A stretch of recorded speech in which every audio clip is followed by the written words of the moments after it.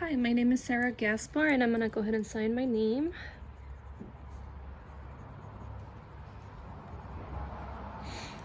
Okay, and for this question, we were given this system right here with 4 forces, and we were given the distance, and we were given the diameter of 0.05, and we're asked to find the principal stresses and the maximum shear on this system right here. So I'm gonna go ahead and start off by drawing a free body diagram, which was what we're always taught to do since our statistics class. So I'm gonna go ahead and draw a free body diagram and cut along our, by the way, we're asked to find it on our, on this little section right here. So we're asked to find the maximum shear and principal stresses on each right here. So I'm gonna go ahead and draw a body diagram, and I'm gonna cut this system right here along our H. So let's go ahead and do that. So we have, oh, by the way, this is gonna be our axis. So we have our Y, we have our Z, and we have our X. Okay, those are our axes. Okay.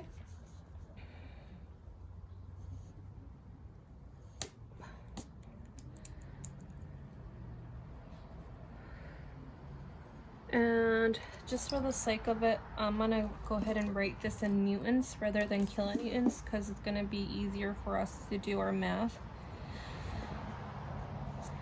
So we just have to multiply our kilonewton by 1,000 to get it in newtons. So I'm just gonna go ahead and do 17,000 newtons for this one.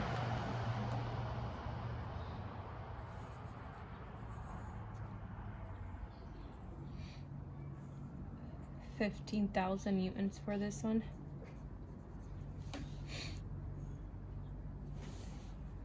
$9,000 newtons and 50,000 newtons. And we're gonna cut it along our point of interest of H. Okay, now we know that we want the system at equilibrium, and in order to do that, we need to have our forces, and there's going to be resulting forces on here that keep this at equilibrium. So there's going to be a resulting force. We're going to assume that there's a resulting force on our Y direction.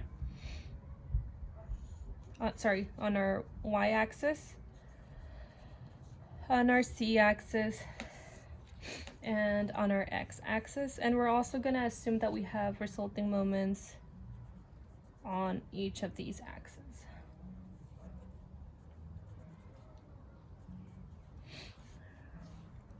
And on our C. Now, what I want to do to make this a lot simpler, I want to find our moments acting on this system right here, and to do that, we know that our moment is equal to the cross product of our distance times the force. Okay, so we're going to do the cross product of that. So we need to come up with a position vector, and we need to come up with the force vector for each of our loads that were given here. So let's start with load 50 here. Let me just make sure. Okay, so for load 50 kilonewtons, we're gonna have a distance vector with I, J, K is gonna be our position vector. Now let's look at our diagram to see where our 50 kilonewton load is located. So as we can see right here, it is located on our Y axis, and from H to 50 there's a distance of 6 meters. So we're going to do 6 meters on our Y direction, and it doesn't move towards our Z or X axis, so that's going to be 0. So it's going to be 0 for I. It's going to be 0 for K, but it's going to be 6 meters on our J direction. So 0, 6, 0. Now we're going to write that and we're going to write the force in terms of a vector. So it's going the opposite direction of our y-axis, which means we have a negative 50,000 Newton force on our y direction. So it's going to be basically the same thing, I, J, and this is for our force vector. And we have a negative 50,000 Newton force on our J direction. So it's going to be 0, negative 50,000 newtons, and 0. So we're going to do this in meters. We're going to do this in newtons. Now we can move on to our next force. I'm going to go ahead and do the 17,000 Newton one, the 17 kilonewton one. So we have 17 kilonewton load, and let's go ahead and see where it's located up here. So if you see here from H to K, we move 1.5 meters in our X direction and 6 meters on our Y direction and 0 meters towards our Z direction. So X is going to be 1.5, Y is going to be 6, and Z is going to be 0. So our K is going to be 0 on this one. Now we can see here as well that it's going 17 kilonewtons opposite to where our y-axis is pointing. So we're going to have a negative 17,000 Newton force on the J direction, and we're going to have 0 and 0 on our I and K parts of our vector. So negative 17,000 newtons. Okay, now I'm going to go ahead and move into our 9 kilonewton force, which is right here. And we're going to see where it's located. So I can see based on this drawing right here that it's not moving anywhere on our X direction. So I'm going to go ahead and do a 0 on that one. But it is moving 4 meters from H to our force. It's going 4 meters up on our Y direction, and it's going 2.5 meters on our Z direction. So it's going to be 6 on the Y direction, sorry, it's going to be 4 on our Y direction and 2.5 on our Z direction. Now, our 15 kilonewton, it's located on the same place. So our position for 15 kilonewton force is going to be exactly on the same place as our 9 kilonewton. So I'm going to just go ahead and get that out of the way right now and do our 15 kilonewton force. And it's going to be located at 0x and then 2 for 2.5. Okay, now if we look at our drawing, go back to our drawing again, we see that the 9 kilonewton force, it's parallel to our x-axis and it's pointing towards x-axis, so it's going to be positive 9,000 kilonewtons on the I direction, and it's going to be 0 for all the other ones. 0, 0. And our 15 once again is going on the opposite direction that our y-axis is, so it's going to be a negative 15,000 Newton on our J direction. 0, 15,000 and 0. Okay. Now we're gonna go ahead and multiply. So we're gonna do a cross multiply these two vectors to get our moment vector. So let me just make this a little smaller here. RZ. Okay. So this is gonna be our moment of I, J, and K. This is gonna be our moment. Okay. Now, so for our 50 kilonewton force, we're gonna do the cross product of this vector and this vector. So To get our I portion of the vector, we're gonna ignore the 2 zeros, under the I, and we're gonna do a cross product, which is 6 times 0 minus 0 times negative 50,000 is just 0. We go to the next one. We have zeros everywhere, so this is also gonna be 0. And we go to the K, block the K, we got 0 times negative 5,000 minus 0 times 6, which is 0. And then we move on to the next one for the 17 kilonewton one. Let me just do this so I can know where I'm at. Okay. So we go to the next one, the I portion of my moment vector for the 17 kilonewton. I block the I's. And I get 6 times 0 minus negative 17,000 times 0 is 0. And then I have 1.5 times 0 minus 0 is 0. And then I have 1.5 times negative 17,000. 1.5 times negative 17,000. So I get negative 25,500. Negative 25,500. And now I can move to my next one. 4 times 0 minus 0 times 2.5 is 0.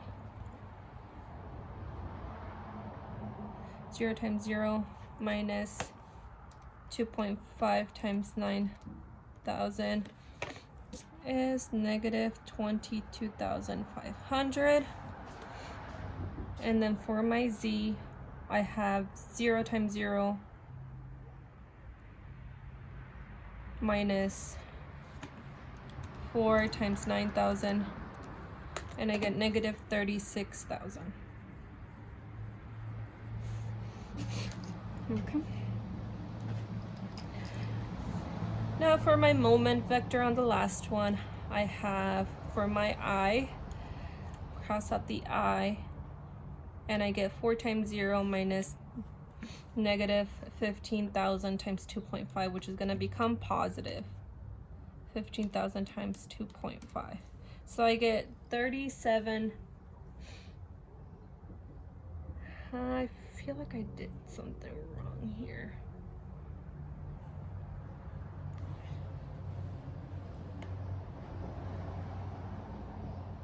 Yep, I know what I did wrong. This was supposed to be 13 kilonewtons, not 15. I'm sorry about that.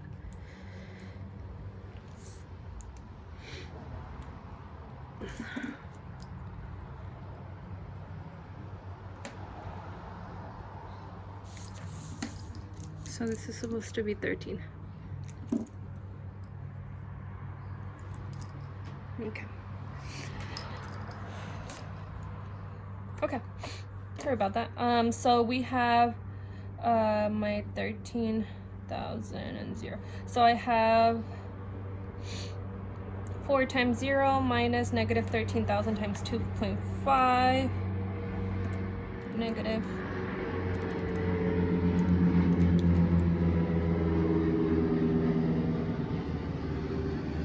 Sorry, that was supposed to be positive, so it's going to be 32,500.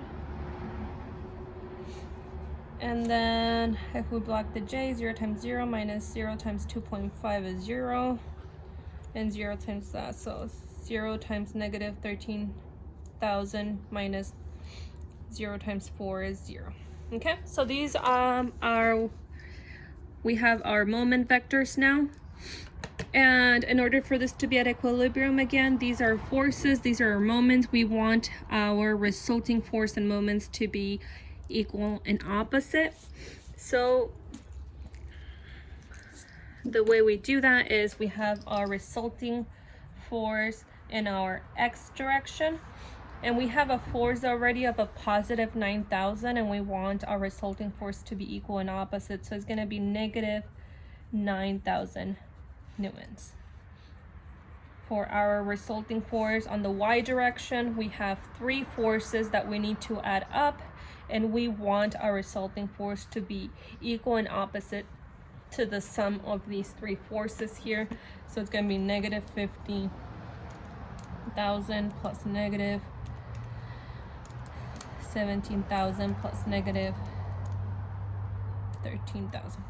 And we get a total force of negative 80,000 with the resulting force of equal and opposite, which is going to be just a positive 18,000 Newton.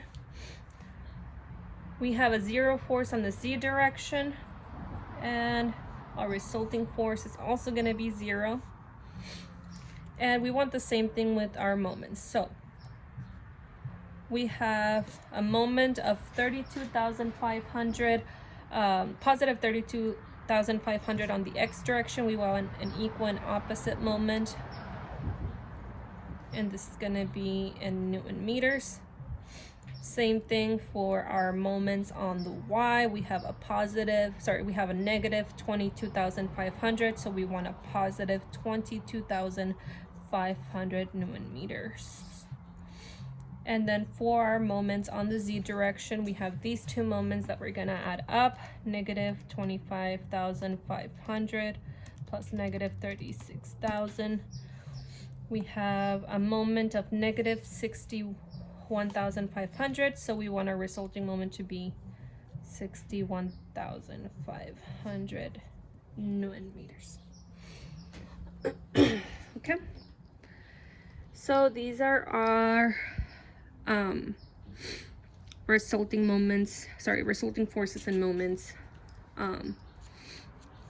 for this system. Now, the next step I want to do is I want to take each of these forces and moments and see what it's doing to our point of interest right here. So this is the way I'm going to do it.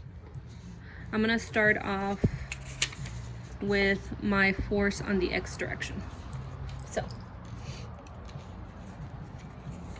I'm gonna, just because it's easier for me, I like my z to be pointing up. You can do it any way you want to. It's just the way I decided to do it because it's easier for me to visualize it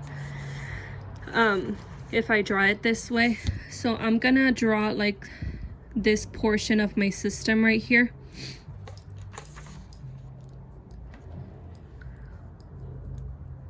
And this is for my Rx. Now, if we look at what we did here, Rx is negative 9,000 newtons, right? So we have a resulting force acting on our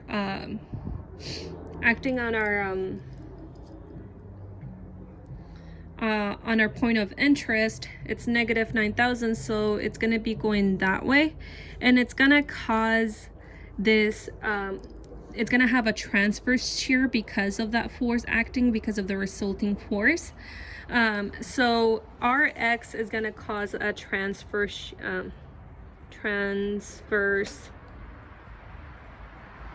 shear on our point of interest, right? So I'm going to go ahead and draw this portion of our system like that, and we can see that we have our y-axis right through the middle of our system, and we have our x going down this way. So we're gonna go ahead and do this x, and we need our x-axis because our resulting force is on our x axis, so that's why I'm drawing the x, and I want to include my axial loads in here too, so that's why I'm doing the x and y. So now we have here that we got a negative 9,000 Newton, so it's gonna go opposite to my, so this is positive, I want a negative 9,000, so it's gonna go up, and this is gonna be 9,000 newtons, right? So this is my shear force right here. We have an equation where we can find our shear. So I have xy. This is my shear force, which I can use, and I can solve for QIT. So this is the equation we're going to use to find my transverse shear. Now, right here we have V is going to be our shear force. Q is going to be the first moment with respect to the neutral axis of the portion of the cross section located either below or above the neutral axis, which is right here. And our I is our centroidal moment of inertia. And then T is just going to be the width of the element of the cut. So now, I forgot to draw where my point of interest is. So we're looking at this right here.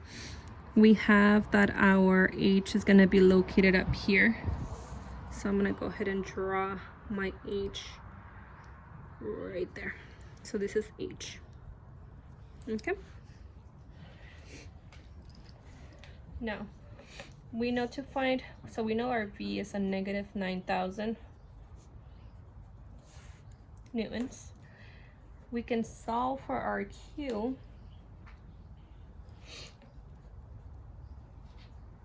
We have this equation to find our Q. And for the Y, we have, since this is a round cross section, we can find our Y prime by multiplying the radius by 4/3 pi, and our cross-sectional area is going to be 1/2 pi. Okay, now we know that our diameter is 0.05 meters, so our radius is going to be that divided by 2. 0.05 divided by 2 is 0.025 meters. Okay, so let's go ahead and find our Q.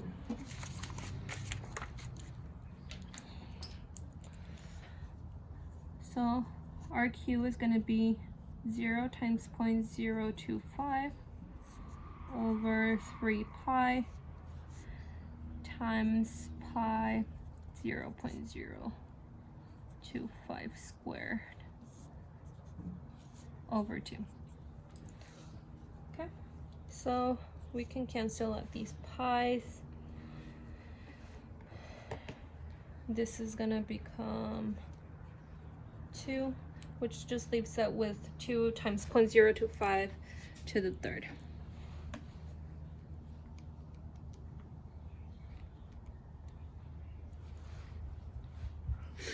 Okay, so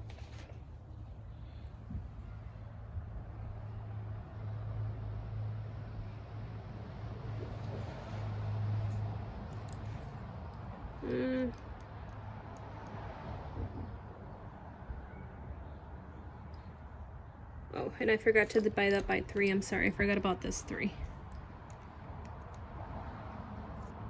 Perfect. So we get that our Q is equal to 1.04167 times 10 to the negative 5. And we're multiplying meters times meters squared, which is going to give us meters cubed. I like to keep my units because then I get confused. So now we can find our centroidal moment of inertia using the equation I equals pi r to the 4 over 4 to the 4th over 4, and we get 0.025 to the 4th times pi over 4. So I get 3.068 times 10 to the negative 7, and we took meters to the 4th, so we have meters to the 4th right here. And then the width of the element of the cut, in this case, is just going to be our diameter, so it's going to be 0.05. So we're going to use T equals 0.05. Okay, so now we can go ahead and plug everything to find our shear stress. So we have tau equals our V, which is our shear force of 9,000 newtons, times our Q, which is 1.04167 times 10 to the negative 5 meters cubed, divided by our I, which is the centroidal moment of inertia, is 3.068 times 10 to the negative 7 meters to the fourth, times our width of the element at the cut, so it's going to be 0.05 meters. And let's see what we get for our shear. So we have 9,000 times 1.04167 e to the negative 5. And that's supposed to be negative. So we get negative 0.0937503. And our denominator is 3.068 e to the negative 7 times 0.05. Yeah, 3.068 times, okay. So we're gonna divide, so we're gonna do negative 0.0937503 divided by that. And I get negative, it's a really big number, negative 6111492. But that's going to be pascals, so I'm going to write this in kilopascals just to make it simpler. So I'm going to divide it by 1,000 to get kilopascals. So I get negative 6,111, and that's kilopascals. So I get this.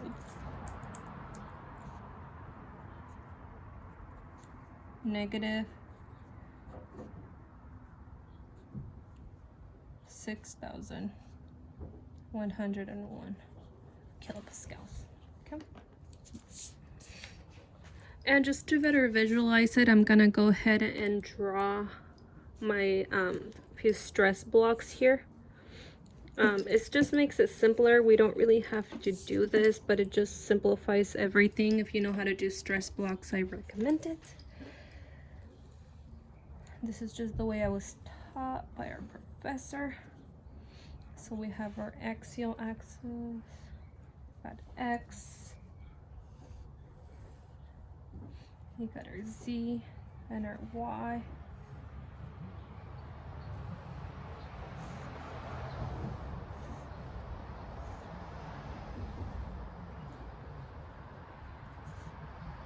Okay, so this shear is on our XY, and we know that negative shear, this is how we draw negative shear, like that.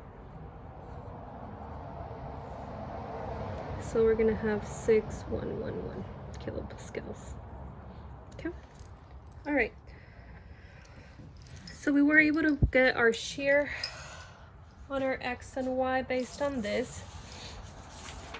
Now I'm gonna go ahead, so we did this one right here. We're gonna analyze our point of interest for the moment about X. Okay.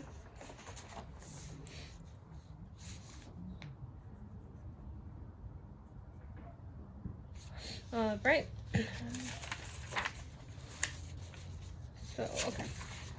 So the way I did it, I grabbed this can of soda just to help me visualize what's going on.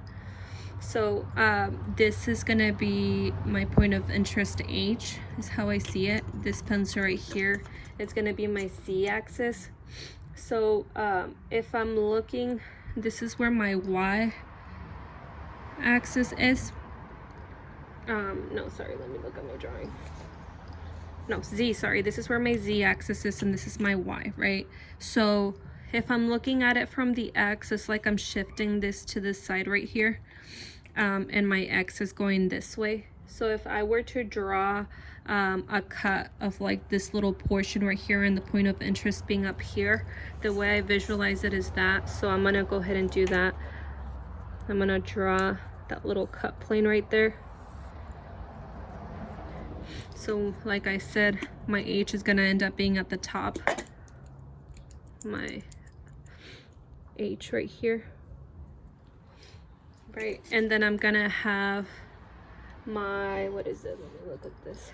My Y axis going right through the middle of the plane, and I'm gonna have my Z axis going up. So I have my Z and I have my Y right here. And looking back at this, I have a moment.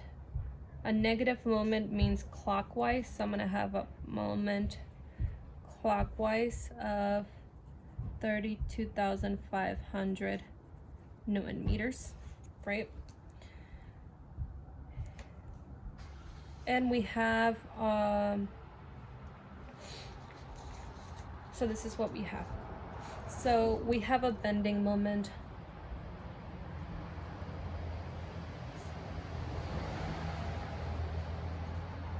Okay. So we have a bending moment when we look at this cross section from this direction. So we have a bending moment, and another thing we can get out of this drawing is the measurement from the centroidal axis of the cross section. So we have a formula where we can get our normal stress on our Y direction, and that's going to be our normal stress times our moment times the measurement from the centroid axis of the cross section to this point of interest right here, and it's going to be over our centroidal moment of inertia. Now, we already found our centroidal moment of inertia, I believe, right here. So we're just going to use this for I right here. So I'm just going to write this right here. And this is going to be a positive because it's on the positive side. So we have I is going to be 3.068 times 10 to the negative 7 meters cubed. Okay. Sorry, meters to the... Sorry about that. Okay. Meters to the fourth. Okay. And then we have a moment. Actually, this is gonna be a moment of, what did we say? We got 32,500. And the distance from here to here is just gonna be our radius of 0.025 meters cubed. Okay. Now we're gonna go ahead and plug everything into our equation, and we're gonna get 32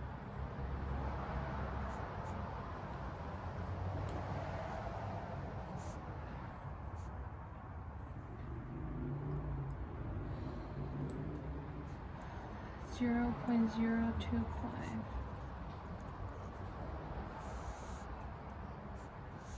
divided by our inertia, which is 3.068 times 10 to the negative 7 meters to the fourth. Okay.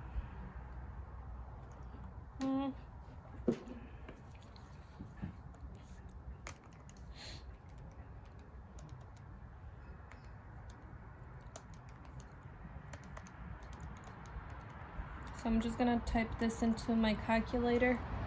So we get this huge number of pascals, and I'm just gonna change it to kilopascals.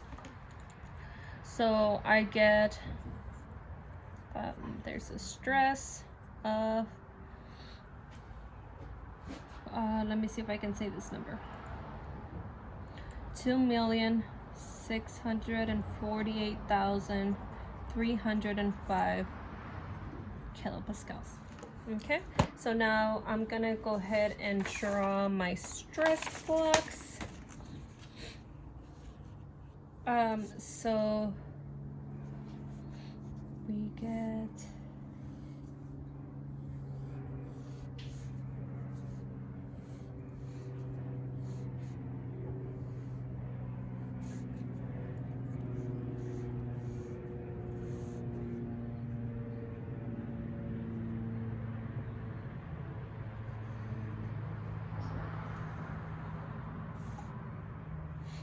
that this was a negative moment right here.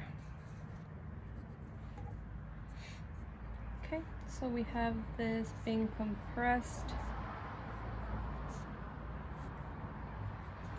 That's what a negative stress is. And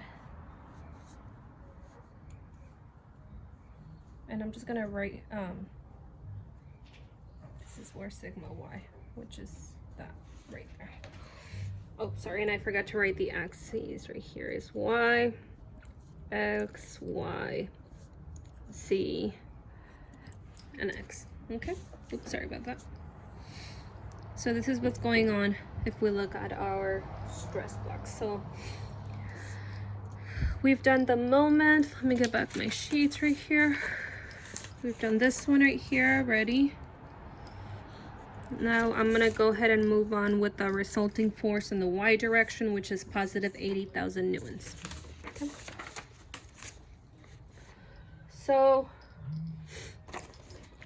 again, if we look at our can right here, this is our point of interest and this is my y direction. There's gonna be an axial load along my axis right here on this system. So and if we'll look at it from this direction, let me just get a look at my,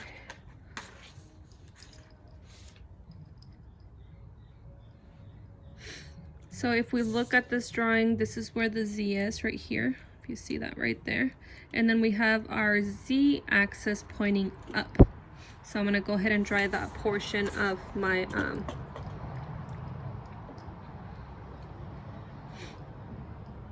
my drawing here. Sorry, give me a second here. Oh, sorry.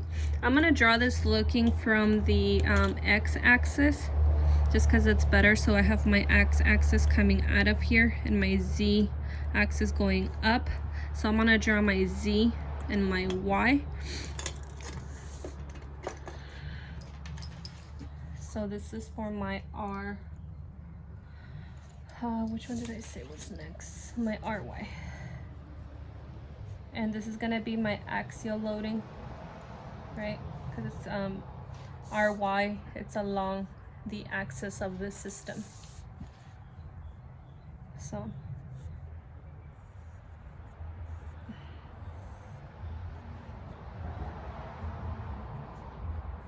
and I said I was gonna draw my z, right? My z axis.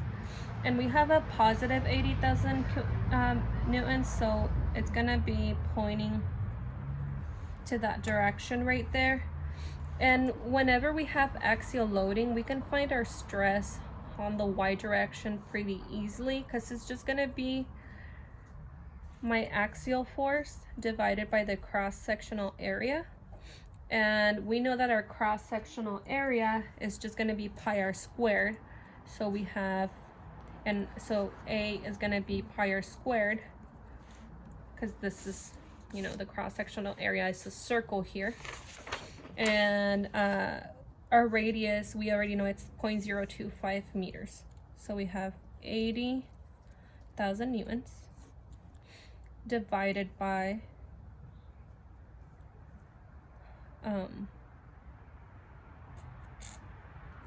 pi 0.025 squared.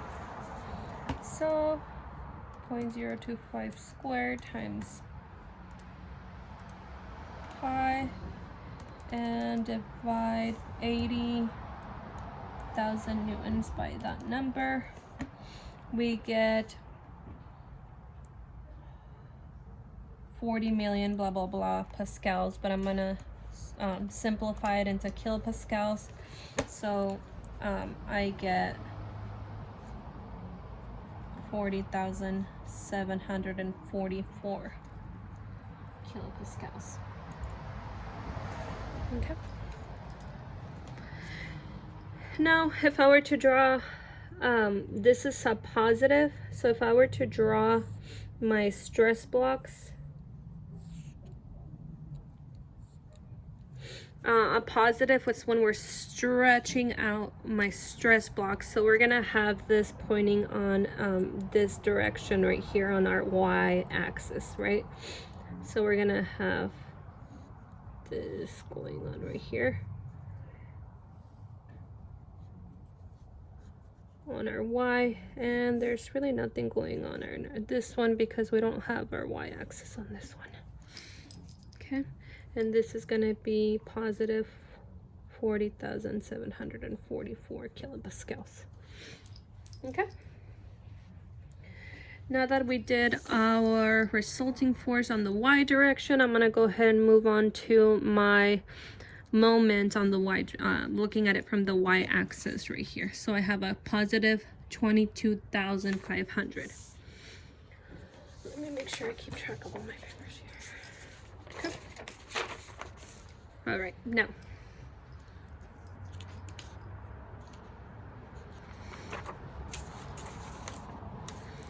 all right, so my moment, looking at it from my y-axis. So this is my y-axis right here. We established this is my point of interest, and we have my z coming on this side. So I'm gonna do it this way right here. We have our c axis on this side, and then I have my x-axis coming on this side right here. So we're basically looking at it from the top here. If we look at this from the top, we have our c-axis going up, and we have our x-axis going this way, and we have our point of interest of h sitting right there, and we have our moment of 22,500 Newton meters. So we have our torsion moment right here, and the only equation we know where we can use torsion is our shear equation that equals torsion times this times j. Okay, this is our torsion. This is the radius of the cross section, which in this case is just 0.025, and our j is our polar moment of inertia. So we already know we have our t, that's equal to 22,500 Newton meters. We have our rho, which is just our radius of 0.025 meters, and we still need to find our polar moment of inertia by using the equation pi r to the fourth over 4. I think no, yeah, we haven't found that yet. Yeah, no, okay. So for our j, we have pi times 0.05 meters to the fourth over 4.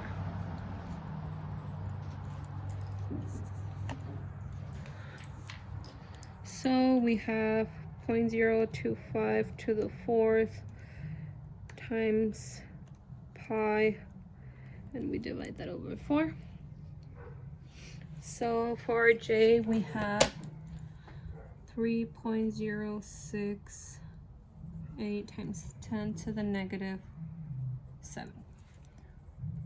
So we have tau xy is equal to our torsion moment, and then times rho, which is our radius, divided by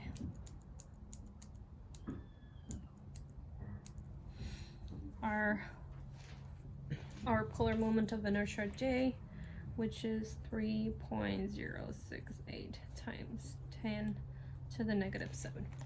So when we plug that in our calculator, 22,500 times 0.025 divided by our polar moment of inertia, we get another very big number for our my. So I'm just gonna go ahead and divide it by 1,000. Still get a big number, but it's a little better. So this is gonna be in kilopascals because I divided by 1,000. 1,833,465 kilopascals. Okay. And this is a positive, so whenever I draw it in my stress blocks, it's gonna be on my X and Y. Let me make sure I'm consistent with the way I'm drawing this.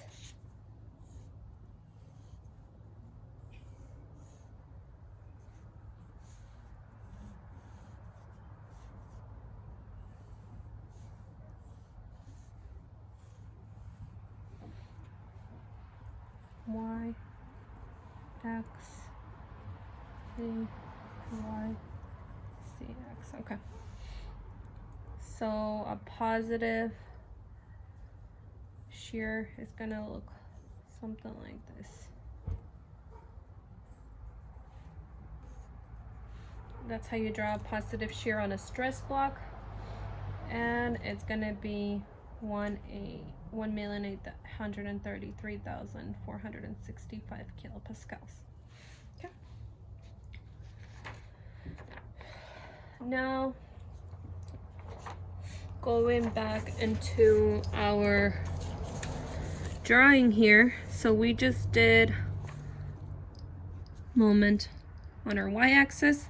We don't have to do any on this one because we don't have any forces acting on this one, so whatever it is going to cause zero stress and zero shear, so we don't have to worry about the force on our z-axis. So I'm going to go ahead and move on to our moment on the z-axis.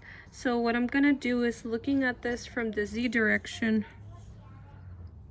we have our c-axis coming this way and our x-axis coming that way, and we have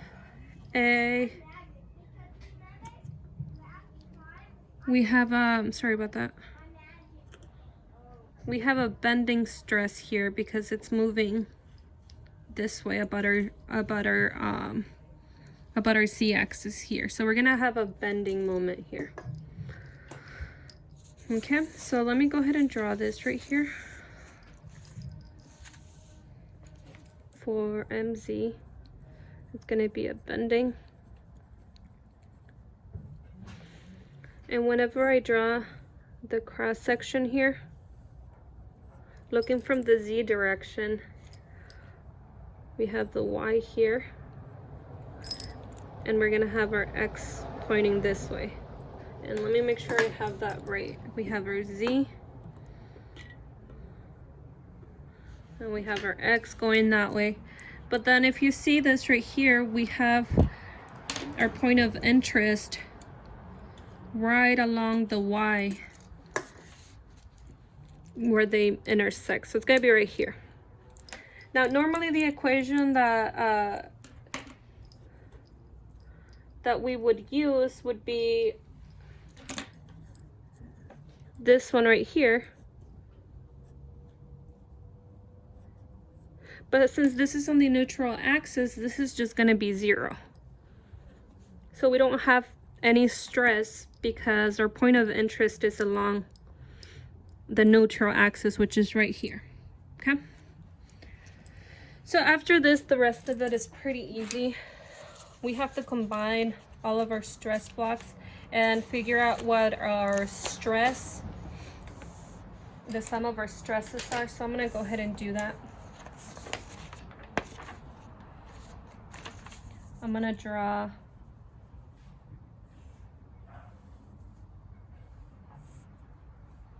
my stress blocks right here.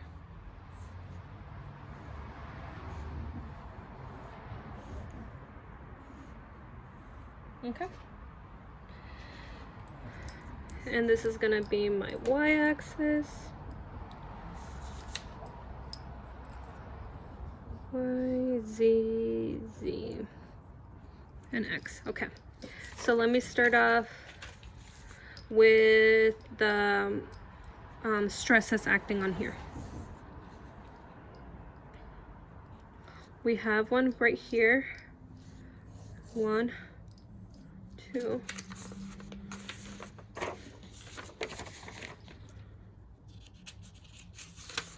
So we have 2 stresses here along the y-axis. And it's going to be negative 20,648,305 plus 40,744. So we have a negative stress, which means it's being shortened right here along the y, and it's going to be negative 2,607,561 kilopascals. Okay, and that's a 1 right here. Okay, and then we have shear stresses on our x, y's, which is a negative 6,111 plus this one right here. So negative 6,111 plus 1,833,465 kilopascals. So we got a positive shear of 1,827,354. So we have a positive shear on our x and y.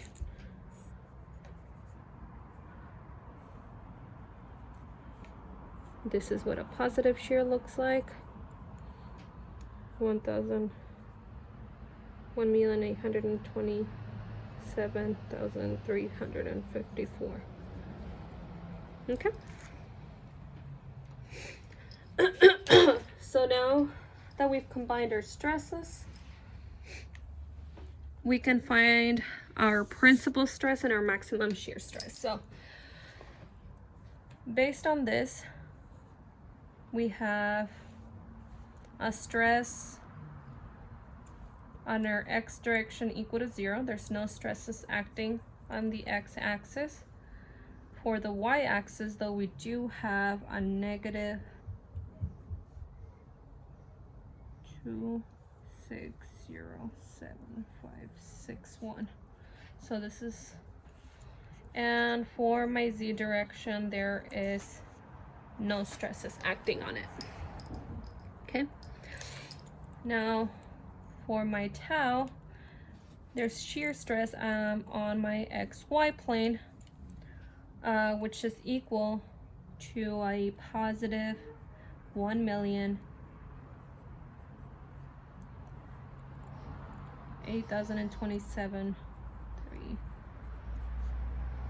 827,354 kilopascals. Okay. Now, in order to find our principal stresses, sigma sub 1 and 2, we have to use the equation that's sigma x. We have xy, so we're going to use these ones right here. Plus or minus the square root . So this is the equation to find our principal stresses and strains. And we recall from Morse's circle, this is the radius of our Morse circle. And let me just double check that I have this equation right. Sorry about that. Let me just double check.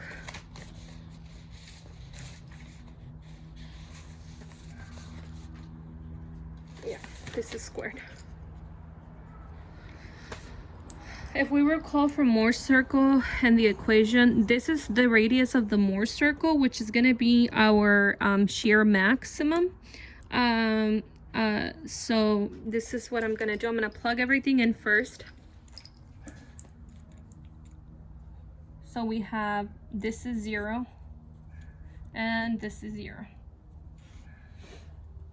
So we have sigma 1 and 2 is equal to our negative 2,607,561 over 2 plus or minus negative 2607561 plus our tau xy squared, which is 1,827,354. And we're going to take the square root of that. Okay?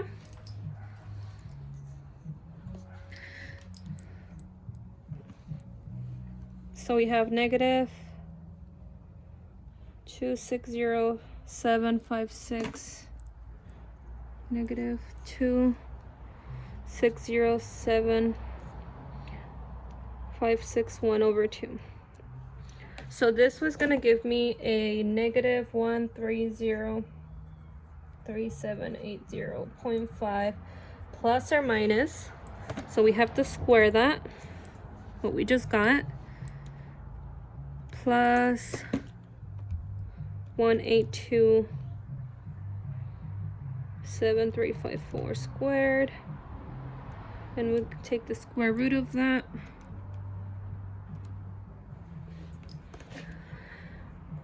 224,478.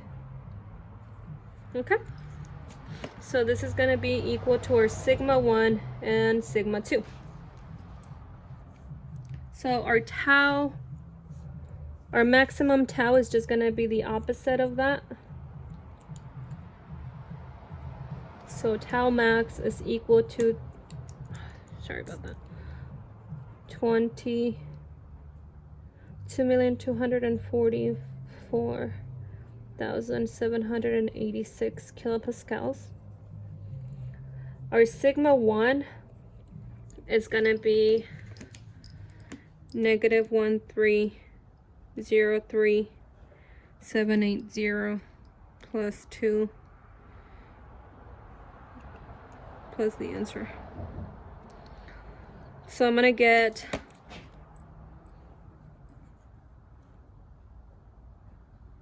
$944,941 006 kilopascals,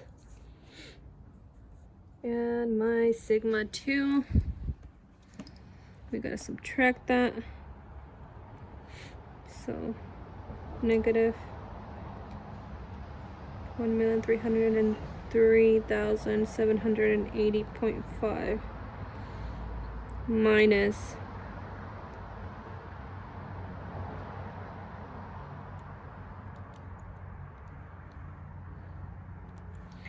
and we get negative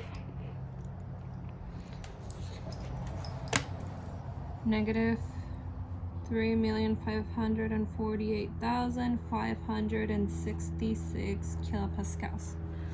So these are my maximum shear stress and my principal stresses. And this is, don't remember if I wrote my name at the beginning, but just in case, Sara Gaspar. Thank you.